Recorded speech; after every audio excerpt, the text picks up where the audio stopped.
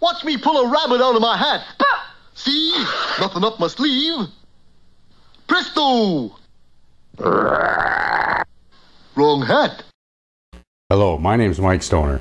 That's not important though. What is important is that when trainers stand up and they tell your salespeople how to handle objections, that they don't receive just concepts and rules, but they actually receive specifics and tools that are going to help them handle those objections.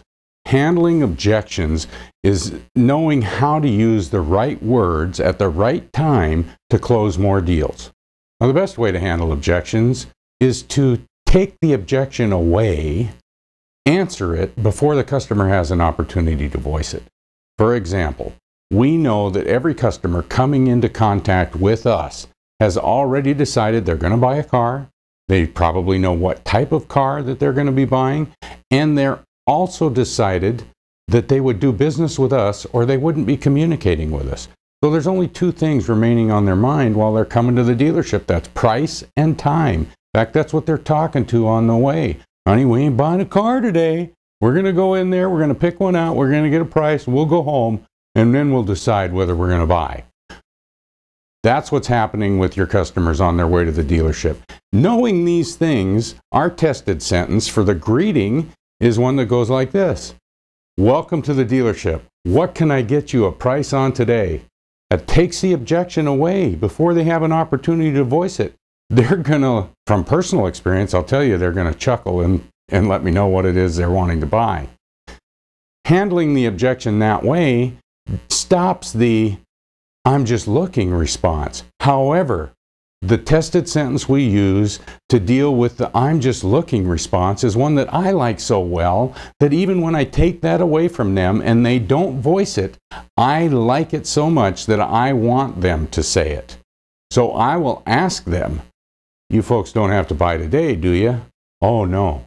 This gives me the opportunity to say what I want to say, to utilize our tested sentence.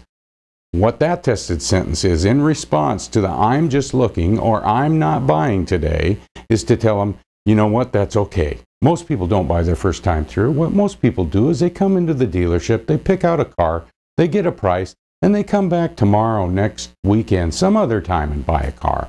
Is that kind of what you were thinking?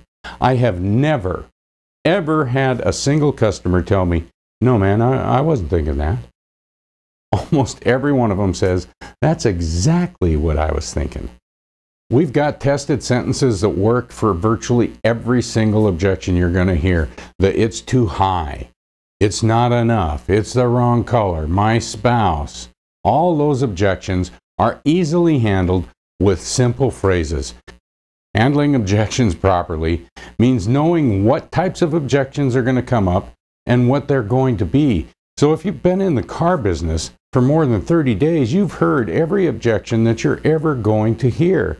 They may be stated differently, but they're essentially the same, such as I'm just looking or I'm not buying today. Same objection, different words. In order to handle objections properly, you got to understand what types of objections there are, what the specific objections are, and how they'll be phrased. Now, there are 4 different types of objections. The first type of objection is just a complaint. That's what people do. We complain about things all the time. It doesn't matter what it's about. Somebody will say, it's a beautiful day, isn't it? And somebody else will agree with them and say, yeah, but just a little bit too hot. It's just a complaint. And many of the things that our customers say are just complaints. Number 2 reason to object is to stall, delay. That's the objection of, I'm not buying today. I'm just looking. Those are just stalls. The third reason that people object is as a negotiating strategy. It's in order to help them get what they think will be a better deal on the transaction. Now, the final objection is really the only one that counts, and that's a valid objection. And what is a valid objection? It's anything that would keep the customer from buying the car. Elmer Wheeler coined the phrase, don't sell the steak, sell the sizzle. In fact, what he said was, don't sell the steak, sell the sizzle. It's the sizzle that sells the steak and not the cow, though the cow is mighty important. It's the crunch in the cracker, the whiff in the coffee, the pucker in the pickle that sells those products. And hidden within the products you sell are equally powerful sizzles. not just the products, the process itself has sizzles. That if we can deliver them, you're going to see increased volume and gross and customer satisfaction scores in your store.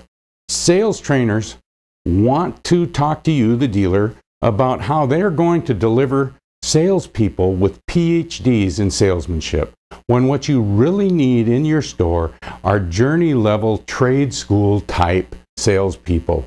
They've got their process down, they've learned what it is, they've taken the specifics and the tools rather than the concepts and the rules and applied them. Again, my name's Mike Stoner. My contact information is somewhere on the screen here or off to the side around. I'm not sure exactly where it's at.